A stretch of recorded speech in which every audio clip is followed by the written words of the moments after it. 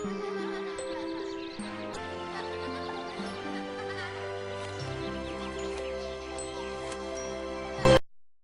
day, my dear children. I'm Aunt O. Nice to meet you. Welcome to my world of beauty and talent. This time, you'll learn more about world cultural heritage and get on well with new facts about art and one of the most famous Ukrainian artists. Guess, who am I talking about? Of course, it's famous Ukrainian painter and poet known all over the world, Taras Shevchenko. Taras Grigorievich Shevchenko was born in 1814 in a little Ukrainian village Morenci. After a few years from poet's birth, his family moved to another village called Kirillivka. They settled in a very beautiful place in the peace and quiet of nature, and lived in the house which was pictured by Shevchenko later.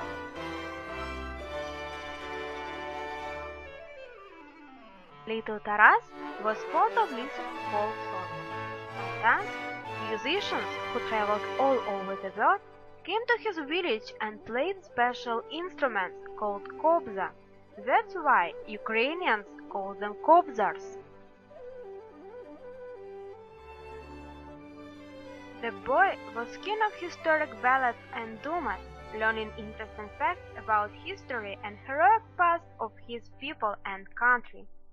Taras Shevchenko is a world-famous poet, the calling card of Ukrainian art. He wrote many poetries and poems. Some of them were illustrated by the author. He designed lots of illustrations and pictures for his poetic works. They impressed everyone with their beauty and authors professionally.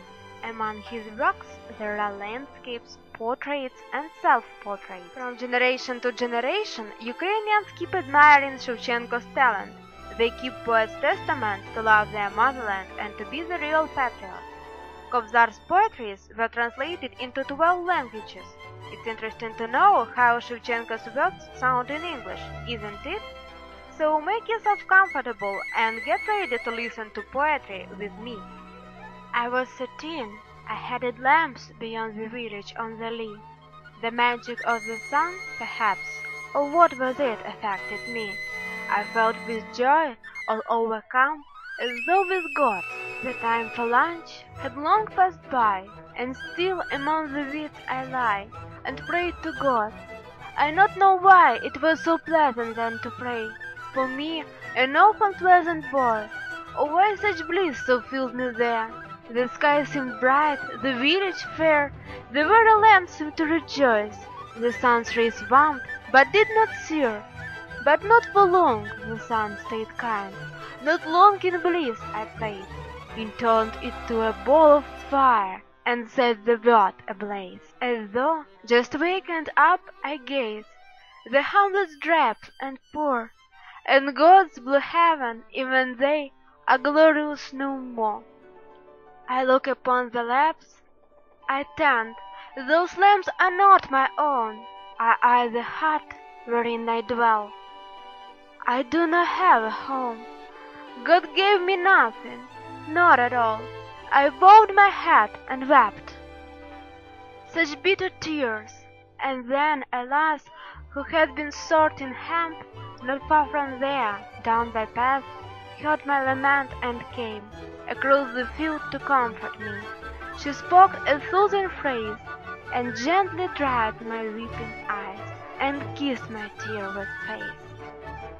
As though all things on earth were mine, my own, the orchards, fields, the groves, and laughing merrily the while the master's lamp to drink we drove. Oh, how disgusting! Yet, when I recall those days, my heart is sore that my brief life span the Lord did not grant me to live and die. There, loving, I'd have passed away, with ignorance my lifelong lot. I'd not an outcast be today. I'd not be cursing man and God. So, my time is running out. I should make a lot of good affairs today.